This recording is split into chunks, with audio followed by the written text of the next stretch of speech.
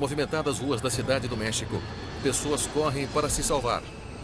Eu tive tempo de me virar e comecei a correr na outra direção. E eu me lembro de pensar, bem, é o fim. Um jato fora de controle incendeia o centro financeiro da cidade. Foi um desastre. O braço direito do presidente é morto no acidente. A figura política importante para o futuro do México. Numa nação em guerra com os cartéis de drogas, havia muito narcotráfico acontecendo, muita cultura das drogas. Parece que a violência atingiu um novo patamar de terror. Ah, meu Deus! A pergunta era natural. Foi um assassinato? Mayday, Mayday!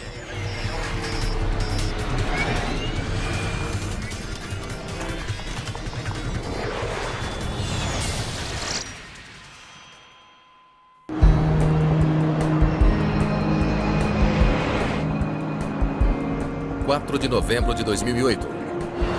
Um Learjet 45 está voando sobre a região central do México. Vitor Mike Charlie, contato de radar. Desça para 200. 200, Mike Charlie. Álvaro Sanches e Martim Oliva estão nos controles. Ambos os pilotos são comandantes, mas esta noite, Oliva está pilotando o avião. Vou começar a descer em 250, Álvaro, tudo bem? Parece certo pra mim. É um voo fretado especial do governo. Devemos estar perto. O ministro do interior do país e a sua comitiva estão a caminho da cidade do México.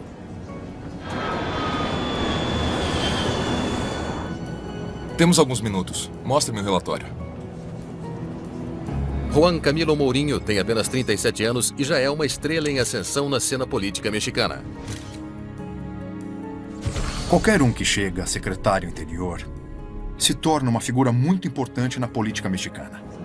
E ele era considerado amigo pessoal do presidente Felipe Calderón.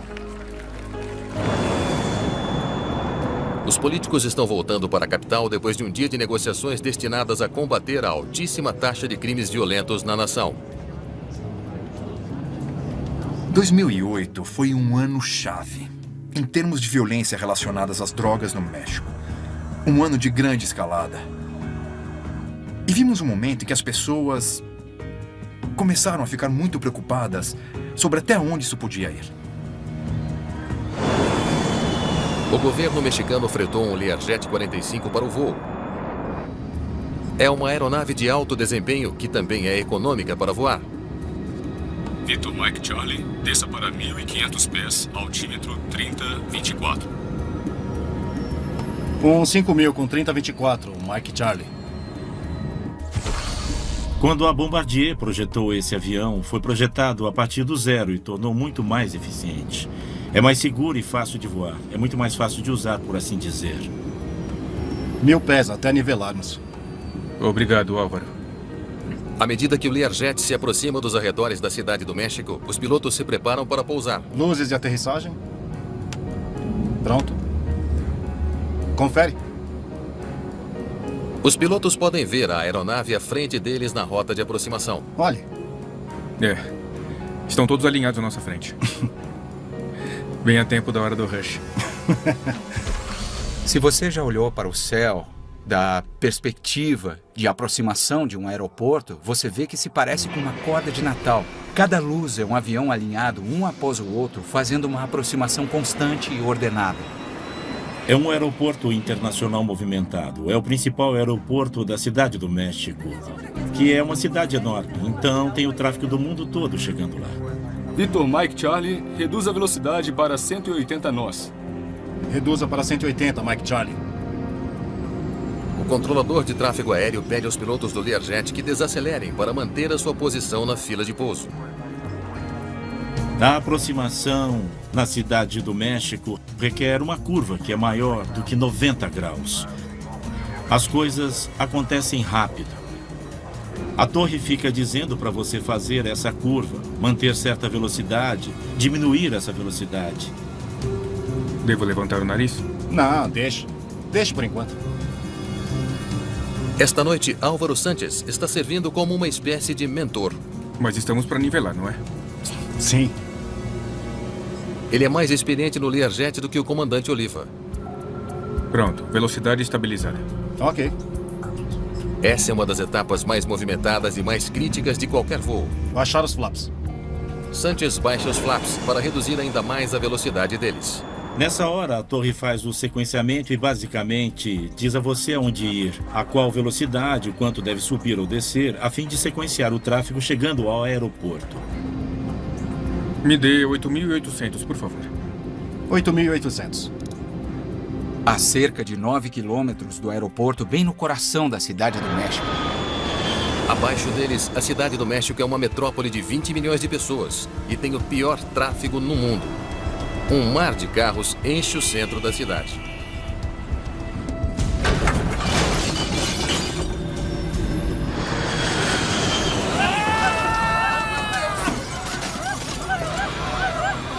De repente, caos. São jogados de cabeça para baixo e estão mergulhando na direção do solo. Gritos, pandemônio, puro terror. Sem aviso, o Learjet entra num mergulho e despenca na direção do solo. O que a gente faz? Subir. Álvaro! Subir. Passe pra mim!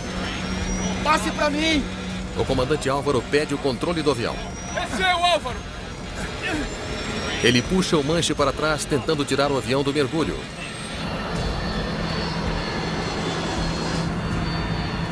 Ulrika Bjorkstam está na rua abaixo tentando pegar um táxi. De repente, eu vi esse avião voando realmente baixo. Tive o tempo de me virar e comecei a correr para longe dele. Mas é claro que o avião era um pouco mais rápido do que eu. Eles não estão muito mais alto do que os arranha-céus no centro da cidade. Eles podem ler os luminosos nos edifícios, podem ver as pessoas andando nas ruas. Eu me lembro de pensar, bem, é isso. Este é o meu fim. Subir. Álvaro!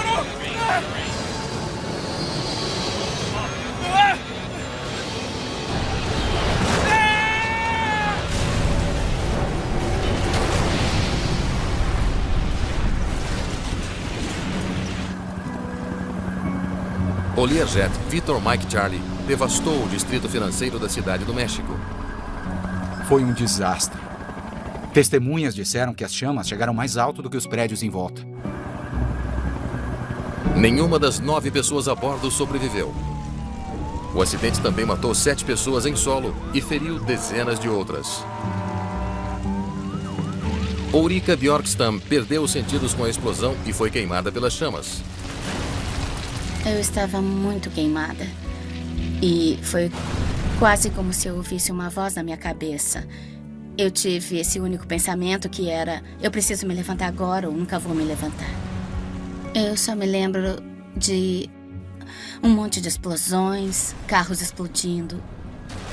E havia esse homem correndo na minha direção e perguntando o que era, o que tinha havido. Foi uma bomba? Não, foi um avião. Até o momento, temos a confirmação de que o ministro do Interior, Juan Amorim, estava... A cidade do México está um caos, enquanto bombeiros lutam para controlar o fogo. A perda repentina do ministro do Interior deixa o país em estado de choque e o governo enfrentando uma crise em potencial. Há especulações imediatas de que o acidente está relacionado com a guerra do México contra as drogas. Isso aconteceu em um ano em que tinha havido confrontos intensos entre cartéis de drogas e policiais. Quando assassinos dos cartéis de drogas mataram funcionários do governo em suas próprias casas. Somando-se à especulação está o fato de que o promotor-geral do combate às drogas no México, José Luis Santiago Vasconcelos, também estava a bordo. Ele estava na linha de frente da ação jurídica contra os cartéis de drogas, que são muito poderosos no México. Portanto, em um trabalho muito importante, ele sofria muita pressão. Esse acidente teve grandes implicações para a política mexicana. Havia pessoas importantes nesse avião, então era impossível não perguntar: isso foi um assassinato?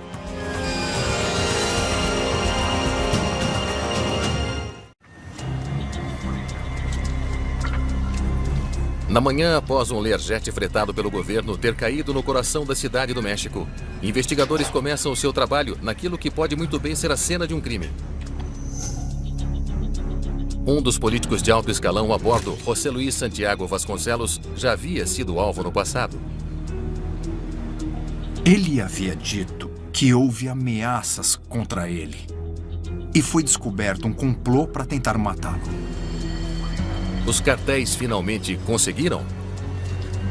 Em caso afirmativo, isso marcaria uma escalada perigosa em sua guerra contra o governo mexicano. Isso é realmente preocupante. Esse já não é simplesmente um problema criminal. Está começando a se tornar um problema de segurança nacional. E havia muito medo em todo o país.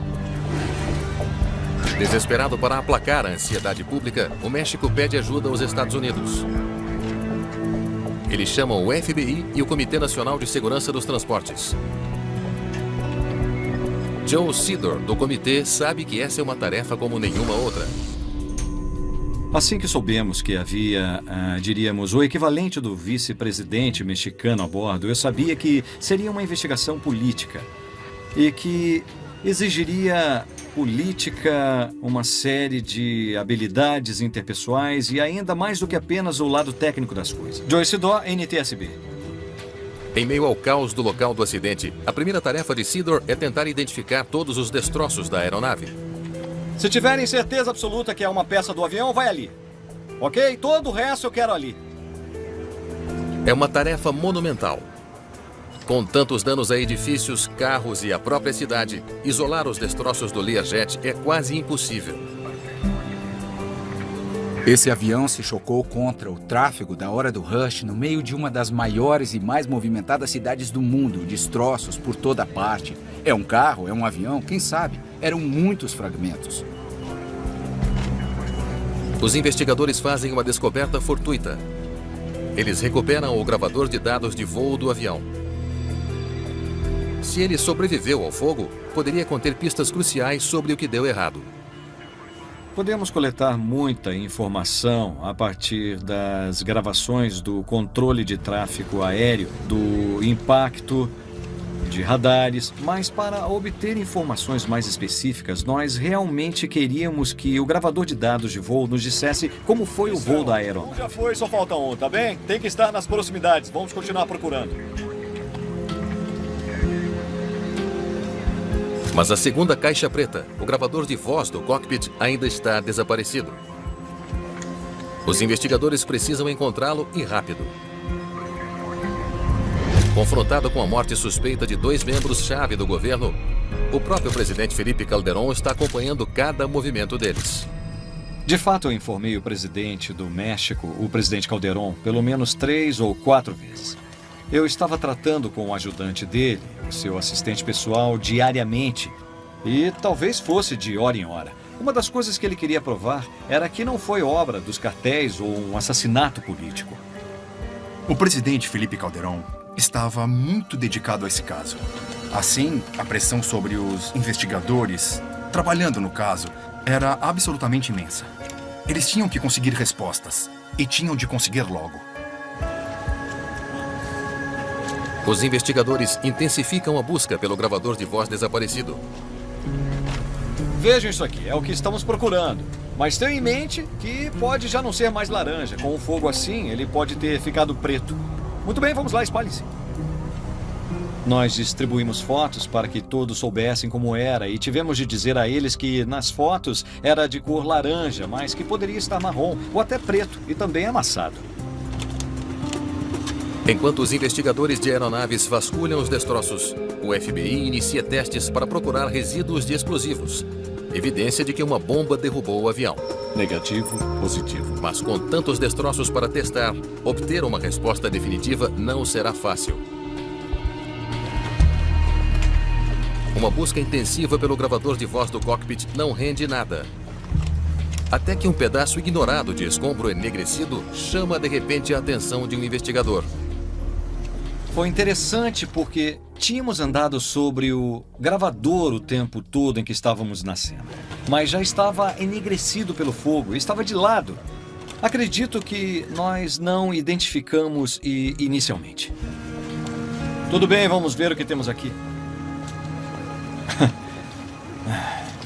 Devo ter andado sobre isso umas 10 vezes.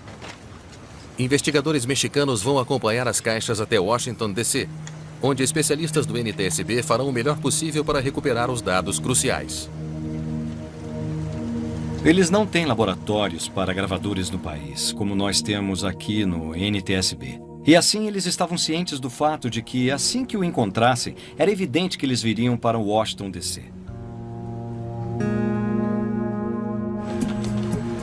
Uou, o que temos aqui? No local do acidente, uma asa incrustada no teto de um carro é uma das dezenas de pedaços de destroços que Sidor precisa mapear. É o lado direito. É a ponta da asa direita. Ele quer saber se o avião caiu inteiro ou se ele se partiu em pleno voo. Um forte indício de que poderia ter sido uma bomba. Bem, este é o nariz. O avião todo está aqui.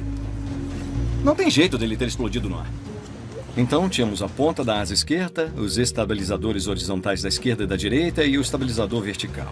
Isso nos disse que a aeronave toda tinha chegado ao local do acidente. O fato de que os destroços estavam tão bem agrupados em solo realmente era uma forte evidência contra a teoria de uma explosão durante o voo. Investigadores mexicanos e norte-americanos dão um suspiro coletivo de alívio. Resultados do teste do FBI confirmam o achado. Tá bom, eu tenho que ir. Tchau. Não há nenhuma evidência de uma bomba. Quando o FBI coletou amostras em torno de várias partes da aeronave e até mesmo, acredito, em carros estacionados e no edifício, eles não encontraram nenhum vestígio de qualquer dispositivo explosivo. Positivo, negativo.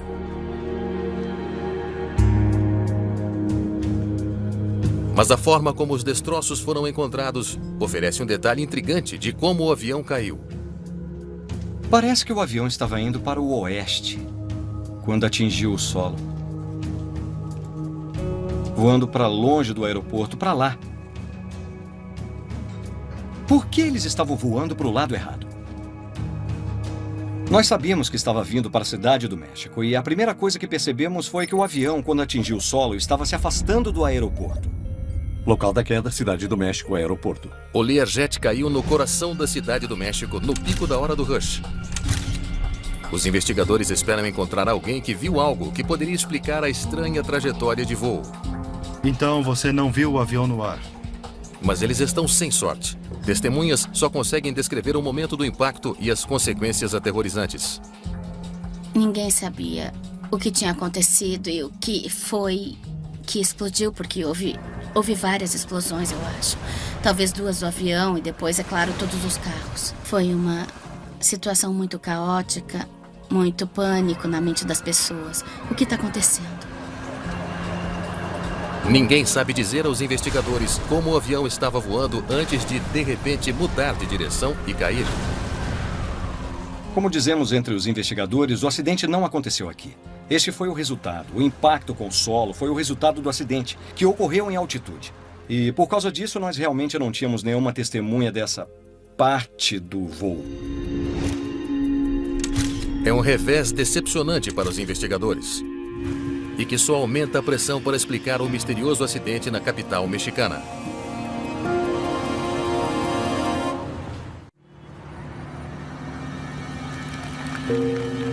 Num funeral de Estado, o presidente mexicano homenageia as vítimas de um desastre aéreo que deixou a Cidade do México em chamas e sacudiu os alicerces da nação. O advogado Camilo Mourinho Terraço, secretário de governo, assim como o eminente... O presidente Felipe Calderón perdeu um bom amigo e um protegido, bem como seu número 2 no governo. O momento sombrio é um lembrete de que ainda não há uma explicação para o acidente que matou 16 pessoas. Para aqueles que sobreviveram, é um lembrete da sorte que tiveram. Eu me senti culpada por estar viva porque muitas outras pessoas morreram. E poderia ter sido eu. Então, por que eu sobrevivi e não o resto das pessoas que estavam ao meu lado na rua?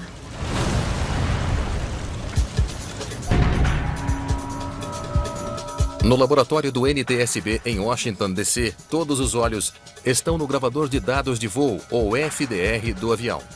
Ele pode conter pistas vitais, dados que vão explicar exatamente o que houve nos últimos momentos do voo.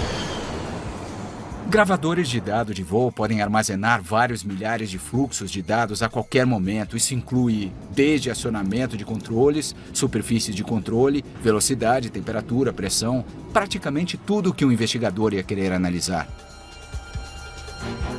Técnicos conseguem baixar todos os dados. Mas os investigadores logo percebem que eles não vão ajudar em nada a solucionar o acidente. As informações têm mais de 2 anos de idade. O gravador parou de trabalhar muito antes do acidente do avião. FDR defeituoso. Foi muito decepcionante ouvir que nós não tínhamos qualquer gravação do acidente do voo. Os investigadores precisam de uma nova estratégia se esperam entender por que o Learjet acabou voando na direção errada.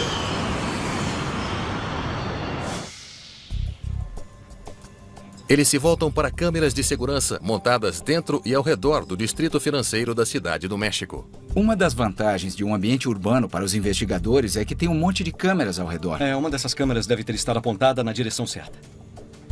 Nós basicamente dissemos, encontrem todos e qualquer vídeo que estiver disponível de todos os prédios ao redor.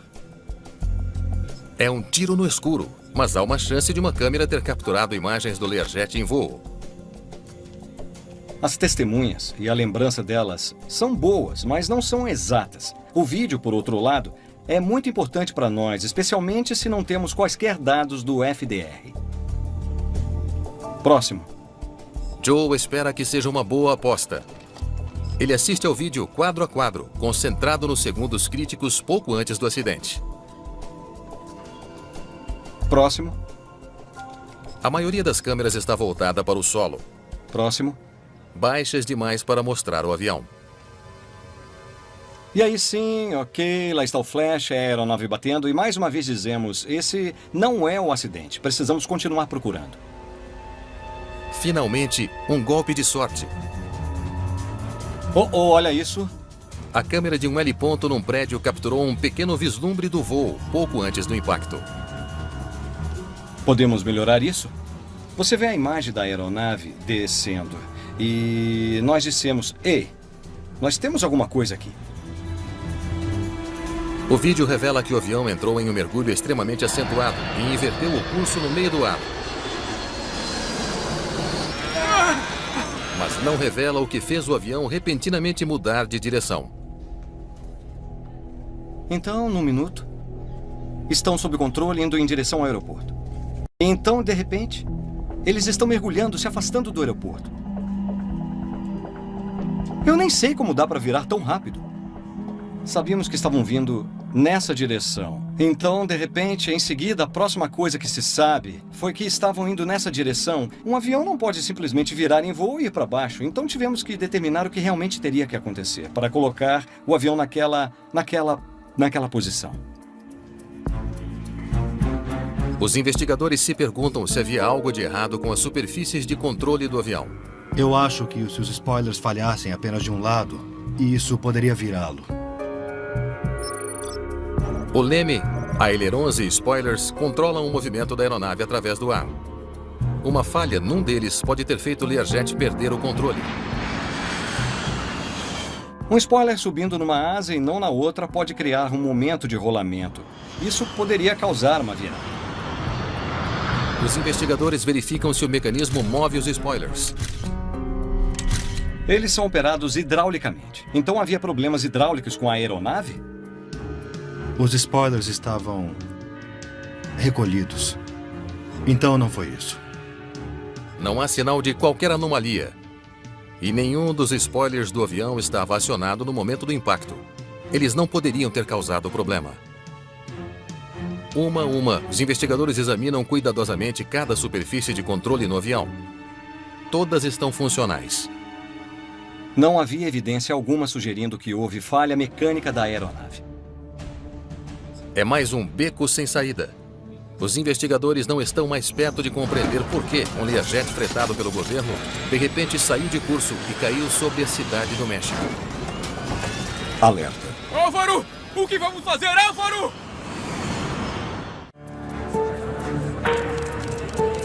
Diante da pressão constante do mais alto escalão do governo mexicano, os investigadores estão ficando sem pistas. Eles se voltam para o que pode ser a sua última esperança de entender o que derrubou o Learjet. O gravador de voz do cockpit. O gravador de voz não só grava vozes, mas grava alarmes, o som do vento, qualquer outra pista de áudio relevante que pode ajudar você a descobrir o que houve naquele momento crucial do voo. Temos alguns minutos. Mostre-me o relatório. Apesar de alguns danos causados pelo fogo e pelas forças de impacto, os técnicos foram capazes de recuperar os dados gravados. Sabíamos que não tínhamos o FDR, mas ficamos contentes por saber que o CVR funcionava e que o acidente havia sido capturado. Já esperamos tempo suficiente. Vamos ouvir. Victor Mike Charlie, reduza a velocidade para 180 nós. Reduza para 180, Mike Charlie. Já que é um avião pequeno, podíamos ouvir não só todos os sons do cockpit, mas também podíamos ouvir os sons na cabine de passageiros. Devemos estar perto. Enquanto ouvem os momentos pouco antes do acidente, eles não escutam nada fora do comum. Devo levantar o nariz? Não, deixe. Deixe por enquanto. Uma das coisas que a gravação fez foi garantir que não foi um ato intencional que provocou a queda da aeronave. Não houve som algum que se assemelhasse a uma luta. Não houve nenhum som de um artefato explosivo. Então isso ajudou a fechar o livro sobre o aspecto da investigação. O mistério sobre o que causou o acidente persiste. Baixar flaps. Os investigadores ouvem à medida que os pilotos descem em direção à pista. Olhe. Estão alinhados à nossa frente. Tudo parece bem, até que... Turbulência daquela coisa! Meu Deus. Uma das coisas interessantes que ouvimos foi que os pilotos mencionaram a turbulência. Mas que droga! Álvaro! E parece que é aí que começa o problema. Onde estamos? 14 segundos antes de bater no chão. Parece que o Learjet atingiu um bolsão de ar violentamente instável. Oh, meu Deus! De repente, bum, eles estão em queda livre, de cabeça para baixo em direção ao solo. Álvaro, o que vamos fazer? Álvaro! Sem os dados de voo, a gravação de voz deixa os investigadores apenas com uma imagem parcial. Não sabemos exatamente o que cada um desses pilotos estavam pensando no momento. Nós não sabemos quais controles estavam sendo acionados, mas mostra que isso era um fator de confusão no cockpit. O que fazer? Como recuperar a posição da aeronave que estava virada? Eles não sabiam o que os atingiu. Álvaro, o que vamos fazer? Álvaro! Passe pra mim! Passe pra mim! Sabe, ouvindo aquele som e me colocando no lugar deles e saber qual será o resultado, deve ser horrível. Desceu, Álvaro! Eles tentaram sair da inversão, mas não deu. Eles tinham pouquíssimo tempo e pouquíssima altitude.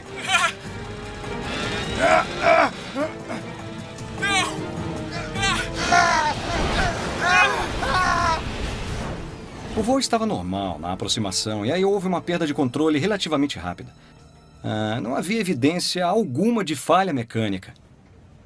O que vocês acham? Esteira de turbulência? Aí tivemos de realmente considerar a possibilidade de um evento esteira de turbulência. A esteira de turbulência se forma quando o ar de baixa pressão acima da asa puxa ar de alta pressão para cima, criando um vórtice que faz uma trilha atrás da aeronave enquanto voa. À medida que um avião voa, uma das pontas de suas asas gera um pequeno tornado horizontal, chamado de vórtice de ponta de asa. Os poderosos vórtices podem permanecer no ar por alguns minutos, criando um perigo invisível para outras aeronaves. Quando um avião menor entra nessas colunas giratórias de ar e em baixa altitude, ele pode fugir do controle e colidir com o solo em segundos. É recomendado que aviões voando na mesma trajetória de voo sempre devem ficar cerca de 8 km distantes uns dos outros. Se eles chegarem perto demais, isso pode ser mortífero. Talvez a esteira de turbulência possa explicar por que o Learjet fretado pelo governo mexicano caiu do céu. Os investigadores precisam saber mais sobre a aproximação da aeronave na pista. Eles falam com o controlador de tráfego aéreo de serviço naquela noite. Uma das tarefas mais cruciais do controlador de tráfego aéreo é separar os aviões em aproximação, mantê-los a uma distância segura para que não entrem na esteira de turbulência um do outro. O controlador diz a eles que estava ocupado naquela noite lidando com uma grande quantidade de tráfego. Vitor Mike Charlie, reduz a velocidade para 180 nós. Imagine que é a hora do rush. Há aviões enfileirados vindos de vários países. Essa é a hora do vamos ver. É quando os controladores de tráfego aéreo realmente fazem jus ao seu salário. Vitor Mike Charlie, por favor, vire à direita e mantenha 220 nós. Por volta das 18h30, o controlador colocou o jatinho fretado atrás de um avião muito maior. Um Boeing 767 fazia sua aproximação diretamente à frente do Learjet 45.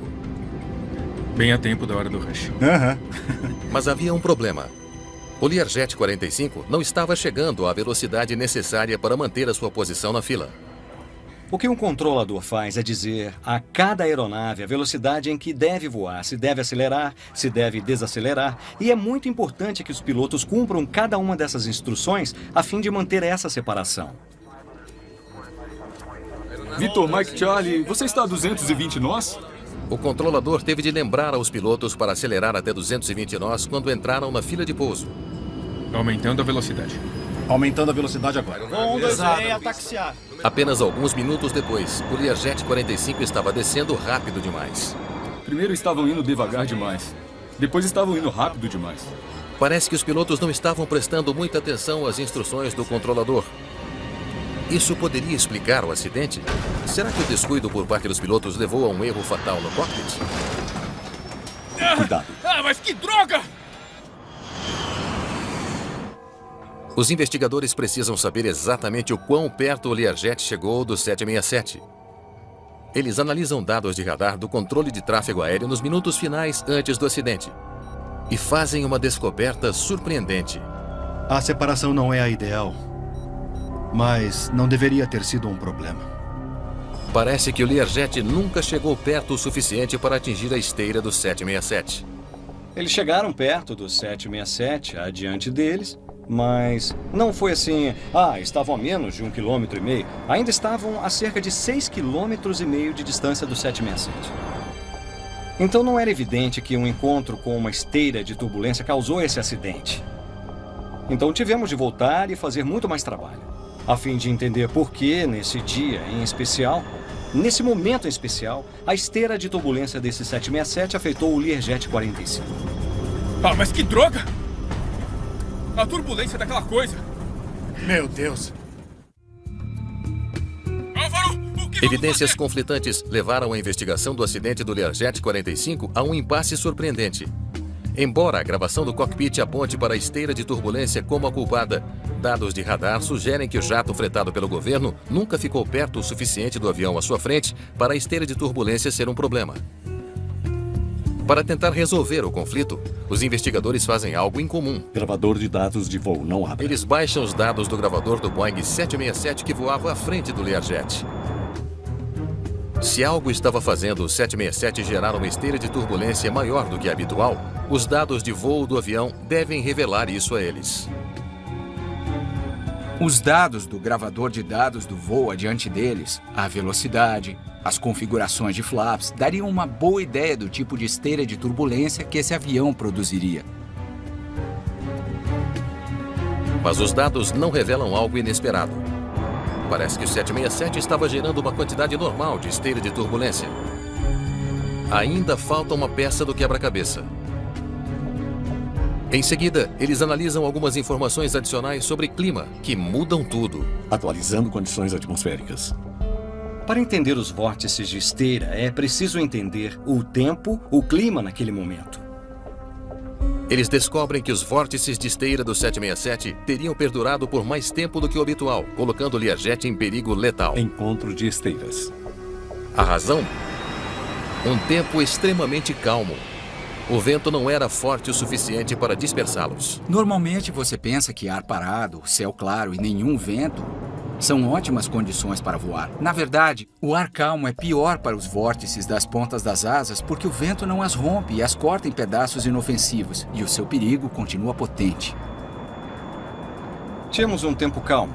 Tínhamos uma aeronave pesada na frente, tínhamos uma aeronave leve atrás. Todas as circunstâncias se uniram para que aquele Learjet 45 tivesse um encontro com a esteira de turbulência do 767. Os pilotos podiam ver o 767 à frente deles. Ele está começando a virar. Então, ele está a 8 quilômetros da gente. Mas eles pensaram equivocadamente que ainda estavam a uma distância segura. Quando você olha pela janela do cockpit e vê este pequeno ponto à sua frente, é quase impossível dizer apenas de olhar o quanto esse avião da frente realmente está perto de você. Como uma marreta golpeando de cima, a esteira de turbulência bateu no avião menor e o virou. É uma força poderosa, mas você não sabe que está para atingi-la até já estar dentro dela. Isso explica a mudança de direção no meio do ar. Cuidado. A aeronave rolou, ficou de cabeça para baixo e então, quando estavam voltando, eles estavam saindo do mergulho. E se eles tivessem talvez mais uns 300 ou 600 metros, poderiam ter recuperado a aeronave. Sabe, a essa altura não tem mais jeito e você não tem mais tempo. Você mal tem tempo para perceber que vai morrer.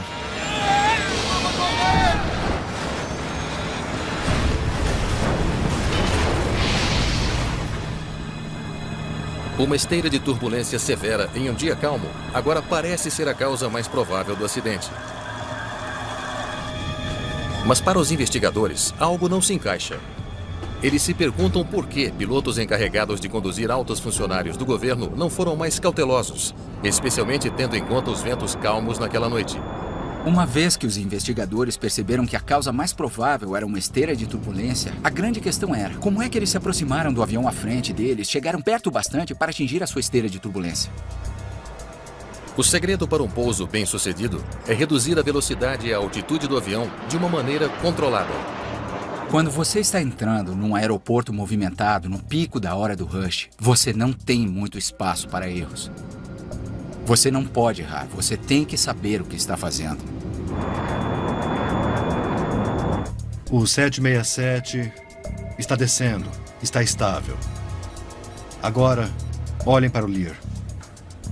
A comparação da descida final do 767 com a do Learjet 45 revela duas técnicas diferentes de pilotagem. Devo levantar o nariz? Não, deixa. Deixa por enquanto. Eles estão fazendo uma aproximação por etapas. O Learjet desce de forma irregular, em uma série de etapas, acelerando para baixo para perder altitude, e então nivelando para ficar mais lento. O 767 à frente deles está descendo numa inclinação constante na direção da pista. Se um piloto realmente está controlando o avião dele, ele pode perder altitude e velocidade ao mesmo tempo. Se ele não está realmente no controle, vai se concentrar em um ou em outro. Os pilotos do Learjet não controlaram a sua velocidade nem a sua altitude.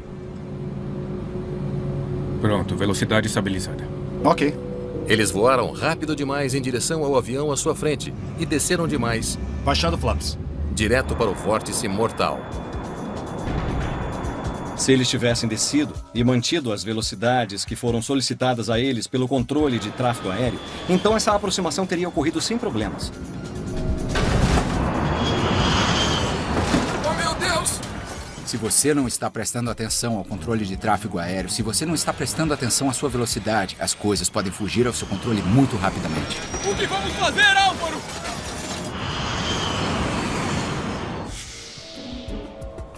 Por favor, vamos ouvir de novo. Os investigadores precisam saber como os pilotos poderiam ter cometido um erro tão crítico.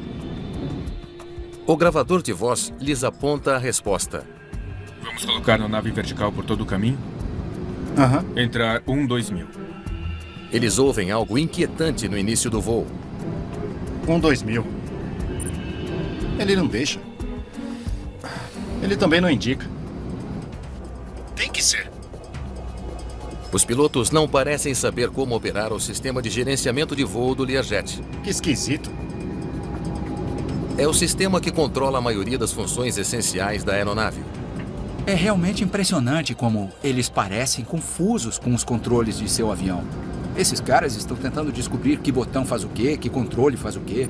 São como caras tirando um videocassete da caixa e tentando descobrir como programá-lo. Ok, já ouvi o suficiente. Para os investigadores, a descoberta suscita uma nova questão preocupante. Que tipo de piloto não sabe programar o seu avião?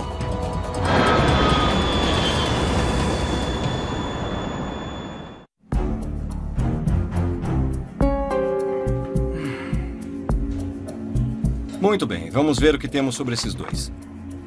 Os investigadores levantam as fichas de trabalho dos dois pilotos do Learjet. Eles estão à procura de qualquer coisa que poderia explicar a falta de proficiência dos pilotos no cockpit. Mas o que é isso? Eles encontram discrepâncias na certificação dos pilotos para essa aeronave. Faltam assinaturas. E analisando a papelada de certificação para pilotar o Learjet 45, tanto do piloto como do copiloto havia falta de assinaturas, falta de formulários. Parecia que havia algo muito suspeito na maneira como esses caras obtiveram essa certificação. Quando eles tentam encontrar o instrutor de voo do comandante Oliva... Deixa eu adivinhar. Nenhum sinal do instrutor. Eles não encontram nenhuma prova de que houve qualquer treinamento. Ficamos muito surpresos ao saber que isso estava acontecendo com um escalão tão alto do governo, onde não é o presidente, mas é o equivalente ao vice-presidente, que está voando com os pilotos com treinamento e experiência altamente questionáveis. Os investigadores procuram mais irregularidades. Eles estudam o diário de bordo do comandante Oliva, onde ele mantinha um registro de todos os seus voos. Pode ligar para o curso de aviação? Eles fazem contato com a escola onde o comandante treinou. Eles descobrem que muitos dos voos de treinamento que ele alegou ter feito nunca aconteceram. O curso que forneceu essas informações realmente descobriu que havia alguns problemas com o seu comando de aeronaves. Os investigadores chegam a uma conclusão chocante. O piloto no comando de um Learjet fretado pelo governo mexicano era uma fraude. É incompreensível que um piloto falsifique as suas próprias credenciais. Esse é um avião que você está voando. Você está nele, a sua vida está em jogo também. E gostaria de ter a certificação adequada para pilotar esse avião. Eles estavam fingindo ser pilotos. A verdade sobre Álvaro Sanches e as suas qualificações é igualmente chocante. As declarações dele de que era membro de uma equipe de treinamento de Learjet 45 e também instrutor se provaram falsas. Esses caras claramente ficaram cegos pela conveniência de pegar um atalho, aproveitando algum tipo de corrupção para pilotar um avião em que não deveriam ter embarcado, muito menos estar no comando dele. Devemos estar perto. E foi a fraude e o engodo que levaram os pilotos a entrar numa situação acima da capacidade deles. Devo levantar o nariz? Não, deixa por enquanto. Eles se encontraram pilotando um jato poderoso que não sabiam controlar durante uma aproximação complicada em condições de alto risco. Tudo isso contribuiu para um desfecho fatal. É altamente irresponsável, porque você está se colocando em perigo, está colocando as pessoas que estão voando com você em perigo, você está traindo a confiança delas. Na sequência, as autoridades mexicanas suspendem as licenças dos 2 cursos de aviação suspeitos de emissão de documentos de treinamento falsos para os pilotos do Learjet. Suspenso. Algumas das recomendações do acidente foi haver uma maior supervisão para esse tipo de voo, porque esses políticos importantes precisam ter os melhores pilotos à sua disposição, a melhor aeronave e a melhor operação possível para que tenham sempre voos seguros.